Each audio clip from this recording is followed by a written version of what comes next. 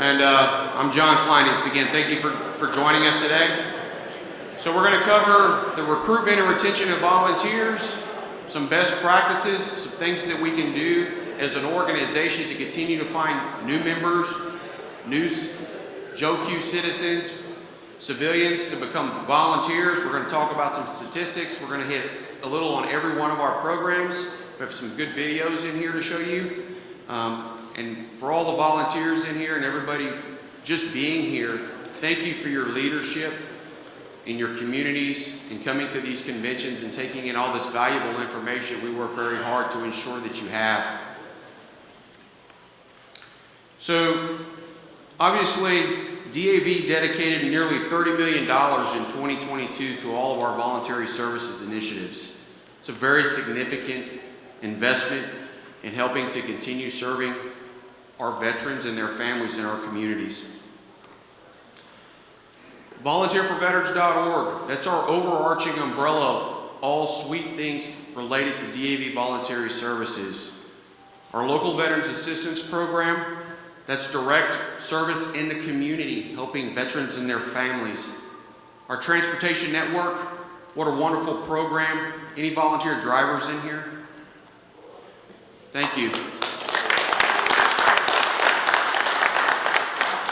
Volunteerism in the brick and mortar VA medical facilities or community-based outpatient clinics. Our scholarship program, I hope all of you had the opportunity to see Jacob Weber from Michigan. What a remarkable young man. And then I'm going to talk about a little bit about our homeless stand down, again, engaging in our communities. So VolunteerForVeterans.org. This is an opportunity for individuals to go in as veterans to let us know of their needs. Basic household things that need to happen, maybe some lawn care, maintenance, so on and so forth. Or for individuals who want to help, they're interested in becoming a volunteer. There's only a few basic questions they need to put in. And when they put those questions, answer these questions, we get a report every morning and we can make contact with those individuals. So let them know, like this particular, for one, is if you need help. If you're a veteran and you have a need, log on, let us know about your needs. Fill out the little questionnaire. We want to try to help you. If individuals would like to help, same very simple, few questions, let us know. One question we get asked all the time is, do I have to be a veteran to volunteer for DAV? No. Correct. The answer is absolutely not. We have a home in DAV for everybody. It helps our mission. It helps raise awareness for our organization. They may have a veteran in their family and they couldn't serve for some other reason, but they want to help us continue to provide direct assistance to veterans and their families. So your imagination is truly your only limit when it comes to volunteering through our local Veterans Assistance Program. How many chapter service officers, department service officers are here in the room? Wow. Now, how many of you report your hours? Now, be honest. How many of you don't? Why? We need those hours. And I thank you for being honest and putting your hand in the air. Any kind of outreach in your community. If you're doing a homeless stand down, if you're doing a forget-me-not drive, if you're helping clean a cemetery, put headstones at the cemetery, putting flags out in honor of Veterans Day, Memorial Day. Any direct assistance you do for veterans and their families. There are so many things that each and every one of us do, and we forget to report those hours. Those hours are vital to the credibility of our organization. We can show watchdog groups, report to Congress, everything that we're doing. How many BPTLs do I have in here? I know I see Al. He's like the face of the benefits protection team leaders. So all of you guys doing your grassroots initiatives, when you're doing that, should be reporting these hours. So last year, I'm glad to see this number starting to come back up. We have over 1.7 million LVAP hours. So kudos to each and every one of you who reported those hours. One thing I really like to point out is the chapter service officer hours. We had 285,112 hours. Look at the value that adds. 8.5 million in savings. So you CSOs, you DSOs, and you're doing these claims assistance, we have a dollar figure that we could put on that because it's a professional assistance. You go get your certification each and every year at a convention, and you get back out in the community and you help our fellow brothers and sisters with their claims for disability benefits. You are the front line of what we do as an organization. So thank you to each and every one of you for doing that. Our transportation network, man, I love this program. It is fantastic. Obviously, we started this back in '87 when the government did away with transportation, and we've continued to step up and donate vehicles each and every year. Look at these statistics. It's great seeing this to start coming back up. The rides are coming back up, miles are coming back up, but last year more than 555,000 hours, and you drivers went more than 9.2 million miles. Wow.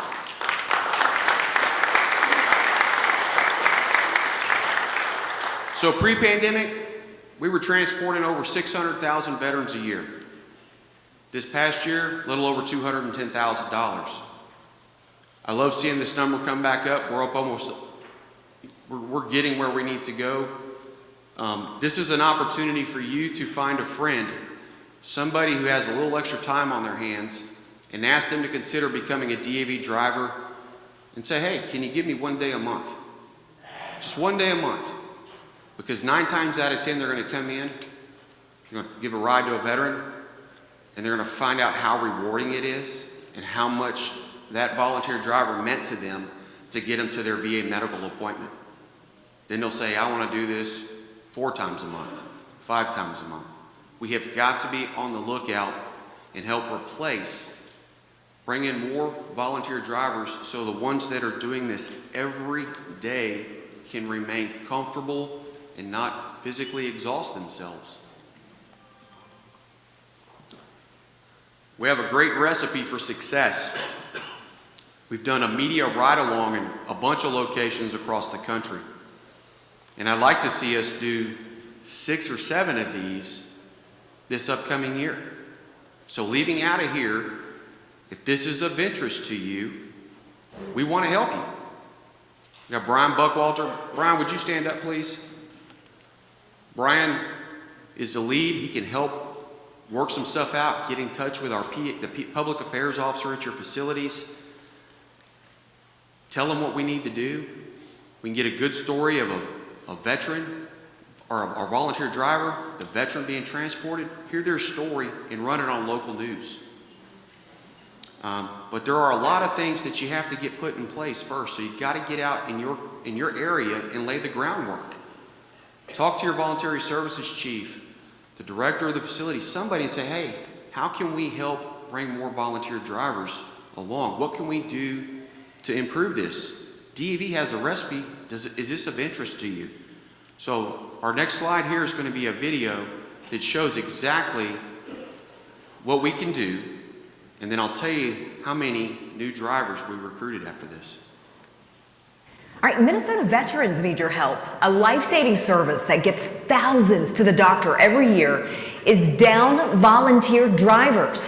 The Disabled American Veterans of Minnesota says their transportation program needs almost double its current number of drivers to keep up with demand. As Ben Henry reports, for many veterans, this is the only way they get to the doctor. It's a frequent conversation. You're looking for volunteer drivers all the time. On Minnesota Military Radio. And we're always looking for new drivers. The Disabled American Veterans of Minnesota with a plea for drivers. George, we're going to set up right here. Urging them to drive more to help one of their key programs. In order for our program to be successful, we need volunteers. Stephen Whitehead is the adjutant for DAV Minnesota. Whitehead said their transportation program offers veterans free rides to their VA medical appointments and covers every corner of the state. Are we at a point where it's getting difficult to do that? It is. You know, coming out of this pandemic, when the VA shut down all of their in-person, we lost some of our volunteer drivers from that same time. So now, trying to ramp up of volunteers again to meet the demand because the VA is opening the doors up. They're doing a lot more in-person appointments now. According to the DAV, they lost about 30% of volunteer drivers in that time. Right now, the DAV has 145 statewide. That's 150 fewer than their goal. Hey, George, I'm Ben Henry. At the core of this, getting veterans to the care they need and deserve. What brings you out here today? Well, I had 2 appointments here at the Minneapolis Veterans Hospital. Air Force veteran George Griller is blind. These trips to the VA are pretty important to you then. Oh, very much so. He visits the VA almost every week. Griller says there's only one word to describe his rides with the DAV. And that's nonpareil, Nonpareil, which means above comparison. George, I'm Gary. Your driver. Oh, Gary, I know Gary. Yeah. After this visit, Griller's ride home is from a familiar voice, Army veteran Gary Beatty. Okay, here we go. Putting it in park during the pandemic, Beatty's back in drive. Oh, okay. I'll need help with the seatbelt. Okay. Are you familiar with it? His favorite part, meeting veterans like Griller. There. Okay. But most of the people have told me how rewarding it is for them to donate that time, contribute to society again. And making connections. And you get to see some of the guys that really gave it their all. And to be able to help them, it's a pleasure. They'll be able to get you home in about 20 minutes. How's that? Sounds like it helps you too. Yeah, it does. There's a benefit to that. How's that for yourself? It's very satisfying. Makes me glad that I did serve. Reinforces that. And we thank them for that, of course. More than 19,000 veterans used this service last year. Any veteran can use it as long as they don't have the means to drive themselves. The appointments don't have to be at a VA medical center in Minneapolis either. Veterans can get a ride anywhere as long as their appointments are scheduled by the VA. What an incredible service. We just have to get those numbers up. Well, other than the pandemic, what are other challenges that the DAV is facing with getting more drivers? A couple. Many times drives outside of the Twin Cities will be longer. Another big one is people thinking that they have to be a veteran to help. As long as they have the time and meet a few requirements, the DAV says anyone can volunteer. Lindsay, they tell me even if people have an hour a month to spare, it'll help. And of course, we have information if they'd like to help under the Featured on 5 tab of KSTP.com. All right, folks, if you're at home and you're looking for a way to give back, you now know here's a great one.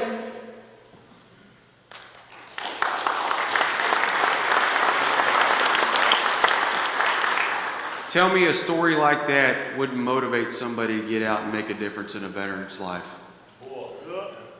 So that particular segment right there brought them almost 90 new volunteer drivers. 9-0.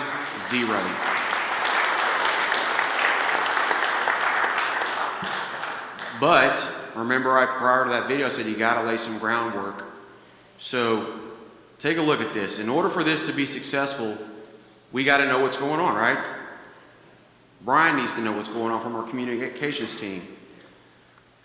Your local chapter needs to be aware. We need a good volunteer that is comfortable being filmed, just being genuine, talking about what it means to them. We need to make sure the local VA coordinators there know exactly what's going on in public affairs. Because, we can't film anything in a VA without getting the right information and getting the right players there. So, if you're an HSC and you got a driver, or if you're a chapter leader and you know of a driver and they have a compelling story, we want to know about that. Again, they got to be well spoken and they need to be educated about our program and exactly what we're doing. So the DAV communications team, if this is of interest to you, and all of you ought to be interested in this, our DAV team will serve as a central point of contact. They'll handle all the media outreach. They'll call the local news stations. We'll do all of this for you. And we'll even do coaching and prepping so you're comfortable in speaking about our program. We'll give you the current statistics, help with the research of everything that needs to be there. But you have got to identify a willing volunteer. Help us with any additional things that we would need. and basically assist our communication staff as a local liaison. So you would be representing this wonderful organization in helping sell that compelling story. Volunteers in our VA brick and mortar facilities. Each and every one of us who volunteer in a facility should be looking for somebody to come in and help us. There are so many job opportunities in the facilities that volunteers save taxpayers money by coming in and help augment the VA paid staff. And we all know that our VAs are struggling with getting employees to come in. But you as a volunteer help in that aspect. So you could be a patient escort, walking somebody, greeting them as they come in, helping them navigate the VA facilities, being a good liaison of our organization, as well as being educated about all these programs that we're talking about. There are so many young adults out there that are interested in helping. And these pictures up here are some of our past scholarship recipients. We have so many of them. We're doing a better job today tracking their post-college stories and what they've done with their money from volunteering. So if you're a VAVS rep, DEP in the facility, you got to be present. You need to be going to the quarterly meetings. I think most of them are still done via Zoom or Teams. Some are actually meeting in person, which is great. We've lost a lot of social interaction with people by sitting isolated and not doing these things. But if you're a VAVS rep or DEP, when you're in that facility, you should always have your head on a swivel looking for somebody interested to come in and become part of our family. Educate all these young adults that are coming in and asking. We just got our youth program started back in Cincinnati, and we had 15 kids from one of the schools come over and wash all of the DAV golf carts, get them cleaned up. And those golf carts provide rides from the parking structure to the main entrance. A good estimate for how many rides our golf carts give at that facility, each cart transports nearly 600 veterans a week. It was a great opportunity there, and it's the most coveted volunteer job that we have at Cincinnati VA because you get a great interaction with somebody for that brief ride to the facility, and they're always talking it up and trying to bring more volunteers on. Our scholarship program, as you're all aware, we bumped that up from $75,000 to $110,000 in total money and increased the number of scholarships up to 10. Top scholarships, $30,000. Imagine the impact winning any of these scholarships has on one of these young adults when they're doing helping veterans in their community. The stories are remarkable. In this next video, I'm going to show you a story that has come full circle for one of our past recipients.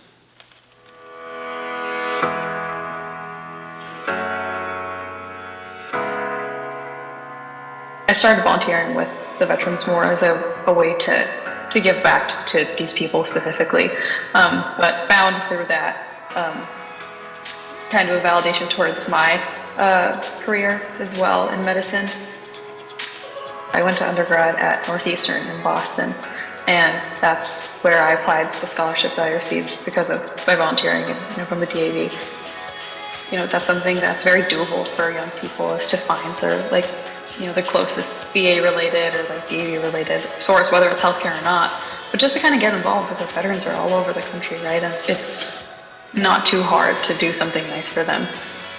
I'm so lucky, I feel like, to have had that experience and to draw from it and return back to it whenever I, want to. It's a really welcoming community, and you can kind of get involved in it as much as you want. I spent so much time, and it becomes almost a family as well, because everyone's got that common spirit, like I said, which it's great. Every person in there who's helping counts, and there's always wheelchairs to be pushed, and every little bit that a veteran doesn't have to do themselves in there, who's already, obviously not feeling well for one reason or another, because of whether it's service connected or not. It's it just comes back to the spirit of volunteerism, I think, in any job, you're going to be working with all kinds of people, right? And to develop that basic respect for other people, I think it's a huge quality, and it's something that comes very easily, I think, with volunteering specifically in VA-related capacity. Probably the biggest lessons I learned have been from conversations with people I've had in relation to the VA and DAV. And now I'm a medical student here at Albany Medical College.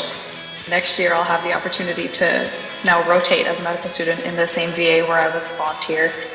It's going to be fun, I think, to go back and you know, not be the one giving them ginger ale, but this time, you know, speaking to them more on clinical terms. But it's going to be very interesting to go back and return up there. So I feel like I've kind of come full circle with that experience. Isn't that amazing?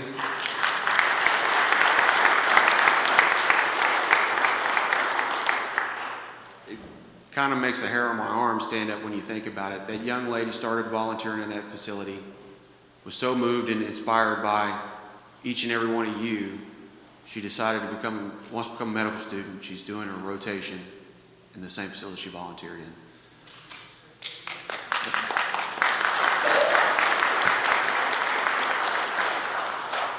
There are thousands, hundreds and thousands of young adults out there looking for something to do in their lives. You should always be talking to them about volunteering for us, getting involved, having an opportunity to win a scholarship, even if it's a $5,000 scholarship. All they have to do is get 100 hours in the name of DAV, apply, and could potentially become a top winner. The stories that we get to read each and every year from all of our nominees are inspiring. Wouldn't you guys agree? Anybody who served on the interim committee before has had the opportunity to review these applications. And I can tell you, traveling across the country, and some of you probably heard this, man, our world's in terrible shape with these kids. All they do is play on their phones. Have you heard that before? I got news for you guys. Reading 90 nominations, we're in good shape because there's a lot of good young men and women out there doing wonderful things in the community.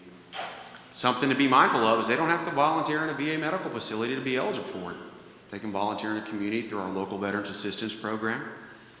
They could be helping grandma, grandpa, mom, or dad, mowing the grass. Anything that they're doing, as long as we get their hours, they can become eligible. We started a DAV Volunteer Day at National Headquarters this year in an effort to raise community awareness for our organization. So at least once a month, we have a volunteer event for 4 hours at our facility. On Saturdays, it starts at 9 a.m. and ends at noon. We bring young adults in, families alike. We put a meaningful volunteer opportunity together. Feed them a lunch, educate them at the very beginning. We show a quick 3-minute identity video that's on the DAV website. Talk to them about our scholarship. Our first event, we had 7. We've had upwards of 50. And kids keep coming back. Families keep bringing their children back. We've heard comments that this is the most organized and well-run opportunity. It's great to volunteer here. You all could be doing something similar in your community, at your chapter, at your department.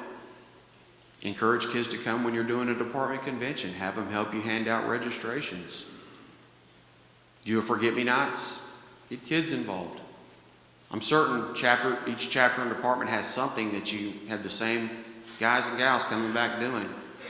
Get out in the community. Talk to these schools. We went to all the schools, sent out emails. Counselors have come over. We've gone to speak to them. They're all in on what we're doing. And then we even added through summer a Wednesday afternoon from noon to 4. Still getting kids and families coming in and doing it together. So you can be doing this. All these things are ideas that I will hope that are planting a seed in your mind, and you're going to take back and give it a go. Obviously, we do a homeless stand down at our headquarters. Last year, we served more than 200 veterans, and we had 53 vendors, 53 different agencies that came in and wanted to get involved in what we were doing. Obviously, you can't do a stand down without a relationship with your VA. I mean, they are so instrumental in the success of a homeless stand down. We provide inoculations for veterans, did health care screenings, got them haircuts, fed meals. We turn it into a party, if you will. And we're gonna my next slide here is a video to highlight that particular event. Again, hopefully all these things will spark an interest in you and give you some creative ideas to take back.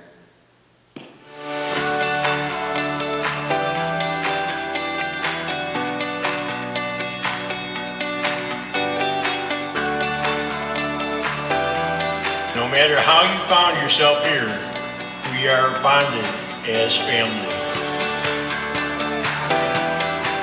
This is just a great outreach opportunity for us as an organization to let veterans know that DAV is here, the services that we can provide and the resources that are available to them as a result of their military service. And we don't want them to think that they're forgotten.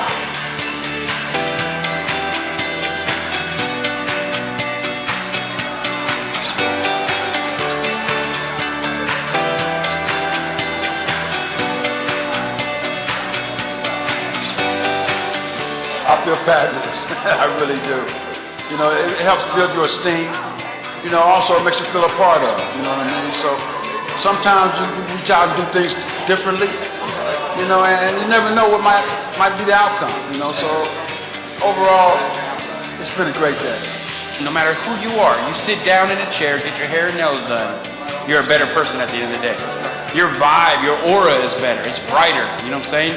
I might get a girlfriend. Yeah, you know?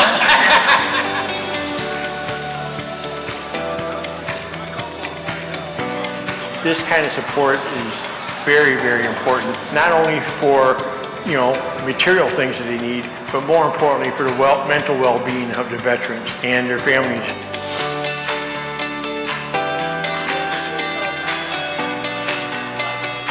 I didn't know none of these resources were available, and now I'm getting my feet back underneath me. It feels amazing. Oh, I think it's wonderful. I really do. I mean, because I didn't know a lot of the benefits that I had coming to me. But I'm overwhelmed. I wouldn't have expected this. And like I said, you can tell, not just only by talk is cheap. They are about it. Love is an action bird. This is love. This is love. This is a brotherhood that would never die. You know, once a veteran, always a veteran.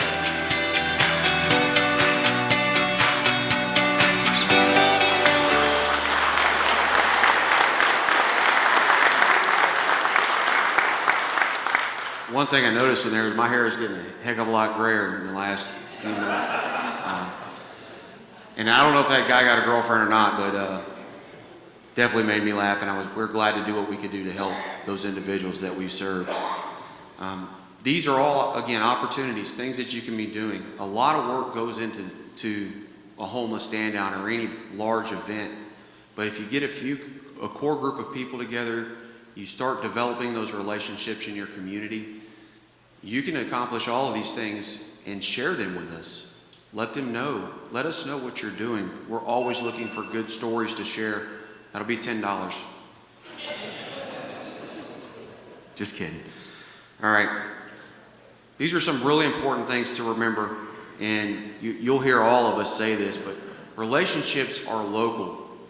I cannot tell each and every one of you how often Ron, Oscar, myself, our team members get a phone call and they say, they don't want to do anything over here. They're not going to help us do this. They're not going to help us do that. And first question I ask is, what have you done? Well, I haven't done anything. I just called you. Well, I'm glad to help, but do you realize how damaging it is to your relationship to go, in essence, jump over everybody's head, air out a little dirty laundry, and not try to help fix the situation? Try not to be the bull in a china shop. I hear a lot of that. well, it's my way or the highway, we're going to pull our program. That's not what we want to do. We don't want to lose our representation at these facilities. I think if you get in a room and you work it out and try to find, like minds will prevail, all right? And I know it's easy to say, but I had to do the same thing at our Cincinnati VA. I had to go in.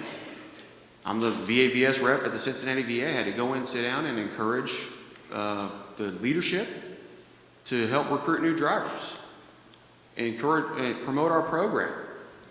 We had great success in doing what we needed to do there. We have individuals coming on that are all in on DAV, and every youth that comes through the door is a DAV volunteer because of our scholarship program.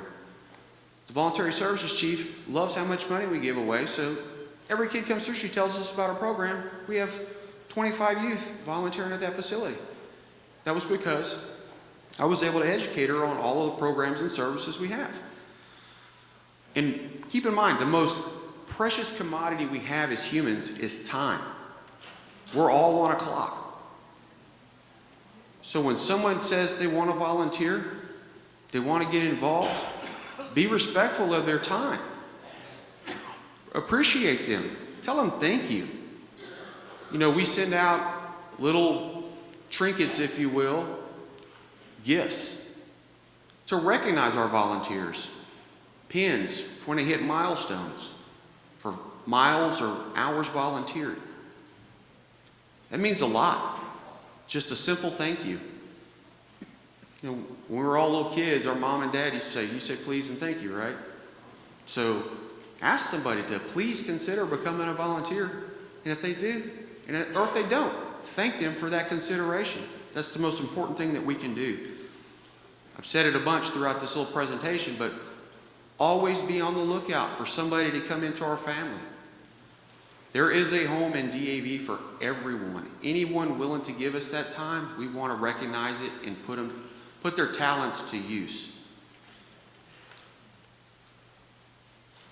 Here's our contact information. We do answer the phone. We answer emails. If you need anything from us, any of these videos that we've shown, anything that, it's all available. I want to thank the DAV communications team for putting this stuff together. Our website is full of great resources. Go to the members resource portal. How many of you did not know we had a members resource portal? Okay. So now you know. We have it. It's easy to use. Go on there. I mean, all of our webinars that we do throughout the year, we have a volunteer recruitment toolkit. It's got how you can get posters, brochures, anything that you need, we'll give it to you. We want you to have it. Now, I would ask that if you call, don't get 10,000 of them and stick them in your cabinet. Just get what you need and use it. Now, one thing I'd like to do with everybody in here is I'm going to issue a challenge to you. How many of you know of a volunteer that has gone above and beyond and is doing great things? I challenge you to nominate them for the DAV Volunteer of the Year, their DAV Auxiliary Volunteer of the Year. I hear stories all the time, we'll travel to a department convention and we see you recognizing your volunteers, but we didn't get a nomination for that individual. And just because they don't get selected, we'll say this year, keep nominating them. We want to tell those stories. We want to recognize them for their time and talent. If you're doing your department convention or at your chapter meetings, recognize them if they're present. I bet some of you have members in your chapter that are volunteering you've never seen. Pick up the phone and call them. Thank them for what they're doing.